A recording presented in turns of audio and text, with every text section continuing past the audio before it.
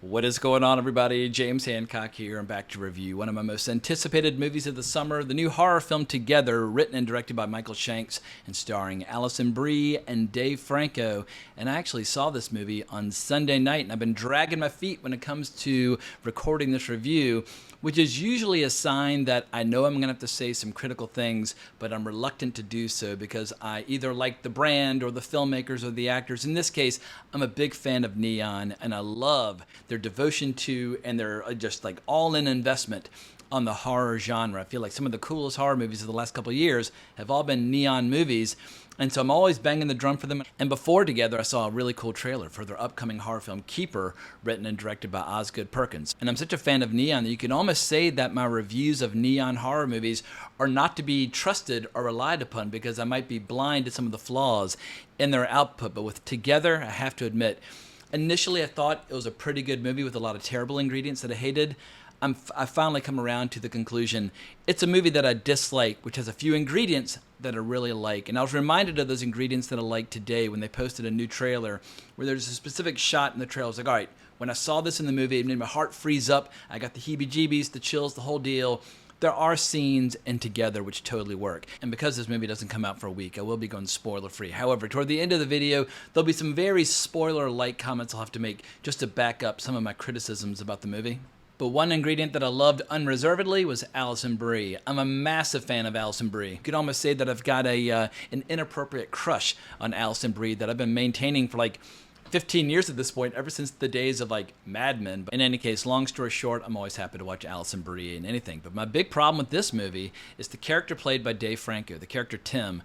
He's so worthless and so useless and so pathetic and feels so sorry for himself throughout the great majority of this movie.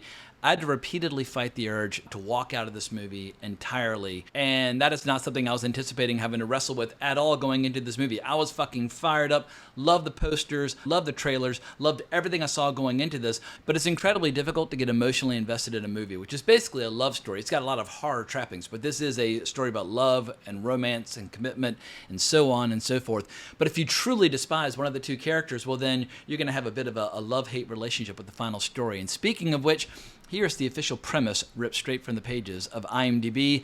Years into their relationship, Tim and Millie find themselves at a crossroads as they move to the country, with tensions already flaring. An encounter with an unnatural force threatens to corrupt their lives, their love, and their flesh. And if you've seen any of the trailers for this movie, you'll know that the couple is suffering from this dilemma where their bodies are slowly but surely trying to converge and merge and conjoin and basically mutate together in all sorts of disgusting, horrible ways. And that's in addition to all your usual run-of-the-mill relationship problems when it comes to commitment, career, family, marriage, all that stuff. So it's a nice gooey dilemma that these two characters are going to have to navigate. And when it comes to disgusting sequences, I will say the movie does deliver a few moments where you're like, ugh, that's pretty goddamn gross. But when it comes to kind of gooey, fleshy dramas, it does have a lot of competition on this front. And I would say that it doesn't compare favorably to movies like Society from 1989, or James Gunn's Slither from 2006, or even Substance from last year. I'd say all three of those horror movies do a better job of the practical effects and the horror, etc., and so forth, and just really just grossing out the audience, and also just making the audience howl with laughter at some of the ridiculous shit that they're putting on the screen. But as I mentioned before, in addition to all the gross, disgusting scenes where their flesh is kind of merging together, there are a few other ingredients that did give me the heebie-jeebies, like, little chills and, little thrills. And I've been watching horror movies for over 40 years. I'm a lifelong, just fanatic for the horror genre. And so if a movie's getting to me through all that thick emotional scar tissue that I've been developing over all these years, it is doing something right. So I don't want to completely, totally dismiss the movie. But as I mentioned before, like the real Achilles heel to this movie is the character that Dave Franco is playing, at least as written. I would say like I'm kind of agnostic or neutral when it comes to Dave Franco. I've seen him in a million shows and movies, and I think he's fine. Stuff like Neighbors or 21 Jump Street or The Disaster Artist, he's totally fine. But I think writer-director Michael Shanks might have made a critical error in overplaying his hand when it came to depicting this character as somebody who is reluctant to grow up and accept adult responsibility. Because Allison Brie's character, she's a teacher, and it's because of her new job that they're moving out into the country and basically leaving behind their life in the city, where Dave Franco's character is, I wouldn't say a struggling musician, because he does have gigs and he has bands that he works with, but he's not the rock star that he dreamed of being back when he was like a teenager. And as a result of moving out into the country, he's going to have to make certain sacrifices where it's going to be tough for him to get back into the city for gigs and so on and so forth.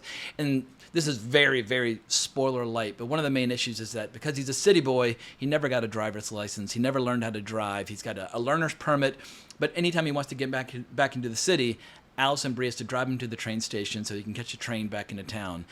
And it turns into a source of like 3 or 4 major fights throughout the movie where he feels like kind of trapped and helpless. I'm like, dude, there are millions of dumbasses out there that have managed to get a driver's license and are driving around just fine. Like, go to the DMV, take the test. This is not an insurmountable problem. Like, why are you fighting with your lovely, sexy, adorable wife over and over again about being trapped out in the country when there's a very easy, simple solution? So there are a lot of little shortcomings when it comes to his character where it's like you just want to strangle him and throttle him. It's like, go to the DMV, learn how to drive, and problem solved. You can go back into the city anytime you like, whether it's for a gig, a recording session, or whatever the case might be. But I don't feel like listening to 30 minutes of bickering and just bullshit between the two of you over what amounts to a pretty insignificant problem.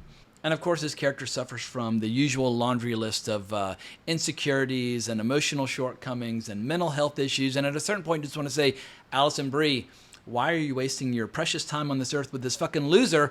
Move on with your life and leave him behind. And it wouldn't be much of a horror movie, but at least I won't have to sit here in the audience in my chair grinding my teeth with frustration over listening to the two of you bicker over what amounts to a bunch of bullshit.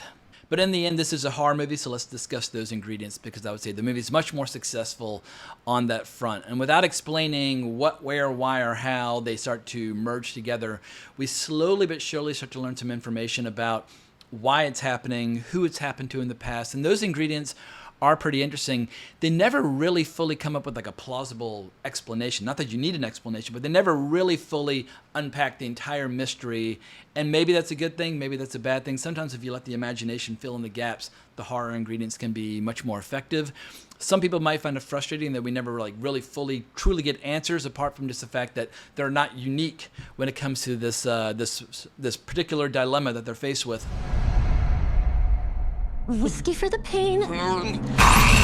And I would say that Dave Franco and Allison Brie, they're totally game when it comes to selling us on these scenes where they're debating, increasingly alarming ways to separate when they get stuck together. Because early on when they get stuck together, it's just kind of painful to separate, but later on they got to whip out, power tools and whatnot, and those scenes are pretty revolting. And there's some good practical effects. If you like seeing practical effects, like real deal special effects made by actual artisans on the set, this movie delivers. Unfortunately, there are a few pretty clumsy digital effects toward the end of the movie where I was like, all right, well, that looks completely, totally fake and takes me out of the movie. Like, if you've already given me an hour of really convincing practical effects, you can't suddenly switch to digital effects and expect me to remain equally emotionally invested. But I will give credit where credit is due that the movie does have a few really, really good scenes when they're trying to figure out how do we get our arms unstuck when, your hand is underneath the skin of their forearm, etc. and so forth. And it also helps that Allison Brie and Dave Franco are a real-life couple, and you can feel their own real-life intimacy and or real-life squabbles informing the drama of the movie. And it also helps in the advertising. I think Neon, I don't know who's running their social media, but they might be the best in the business when it comes to hyping up and promoting a movie. Because the first thing I saw was Allison Brie and Dave Franco biting each other's lips in front of a poster. I was like, what? That's actually really clever. In the movie, they're getting stuck together, and here we see the stars, kind of imitating it in real life. And they were encouraging people to pose for similar pictures. And then they took it one step further, and they took that recent Coldplay scandal where that CEO and head of human resources, can't remember the name of the company, but they basically got outed cheating on their real life spouses, and they turned that into an ad for Together. I was like, what? That's actually pretty fucking clever, where they're using topical subject matter to get people excited for the movie. And we saw it last summer where with Longlegs, Neon mounted what might have been the best marketing campaign for any movie in 2024. So whoever is doing the social media and or the trailers and all the images for Neon or whatever team they've got employed, give them a raise. Don't let them go anywhere else because they might be the best in the business. But in the end, once you get past the marketing and the hype and all that nonsense, what you're left with is the movie. You got to wrestle with it on its own terms. And I really struggle with this video. I've had to stop and restart the camera many times over because I'm boring myself to, not to sleep, but to a state of rage by even discussing it. And the more I talk about it, the more I realize how much I dislike it. But let's try and stay positive instead of having a temper tantrum What I do like right now in 2025, when we see an alarming lack of originality in most other genres, whether that's science fiction or fantasy or superheroes or whatever the case might be, where we constantly see franchises getting rebooted and reset or extended long past their shelf life. If you're looking for groundbreaking, bold, original storytelling, it is almost always within the horror genre, where you can see young filmmakers striking out on their own and breaking new ground. And this director, Michael Shanks, he's relatively new. He's directed a few short films as well as some TV credits. I suspect that the best is yet to come when it comes to his career, because he's clearly got some talent. But goddamn, dude, you got to find a way to write some characters where the audience is not rooting for them to die screaming. Like, if they're the villain, fine, but like Dave Franco's character, he's one of the heroes of the movie.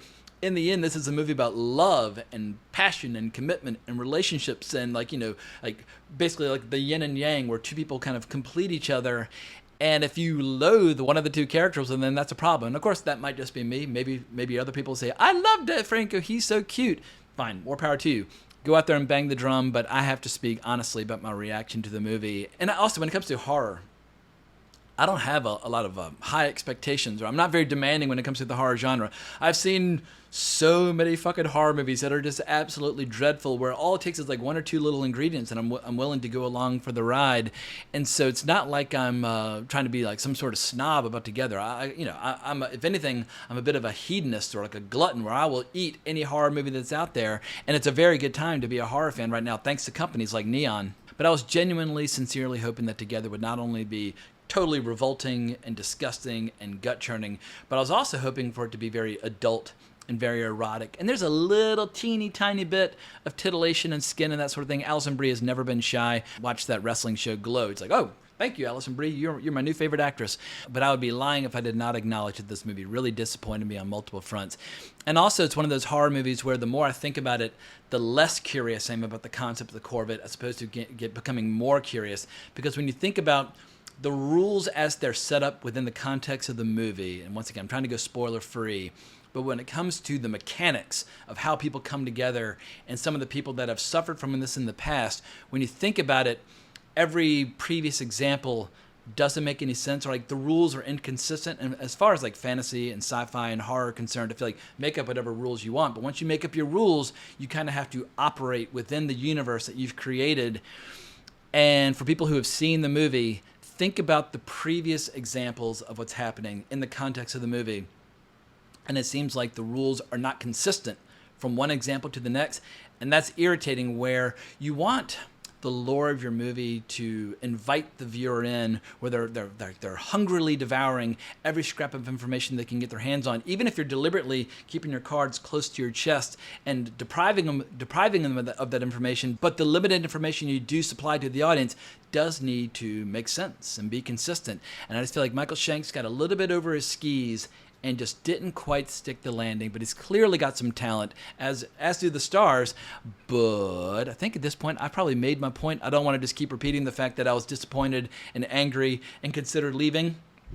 But we still have a few more horror movies right over the horizon. We've got Weapons right around the corner in a few weeks, and we have Jimmy and Stiggs, and we have the final movie in the Conjuring franchise. So there's still plenty of horror on deck for horror fans the rest of the summer. So there it is. That is my review for Together, a review that took me 3 days to get motivated to make. And also, as I was recording, I just kept starting and stopping. And that's usually a sign that I want to say something, but I'm trying to be diplomatic. But I think at a certain point, I just had to throw caution to the four winds and just acknowledge I didn't like the movie, but I hope everybody else does. I hope this movie makes $1 gazillion. I hope Neon continues to make horror movies for the next 50 years in very satisfying fashion. And I remain intensely excited to see what Keeper is all about later on this year. So let me know what you think down in the comments below. Remember to like, subscribe, hit that notification bell. But more importantly, as always, onwards and upwards.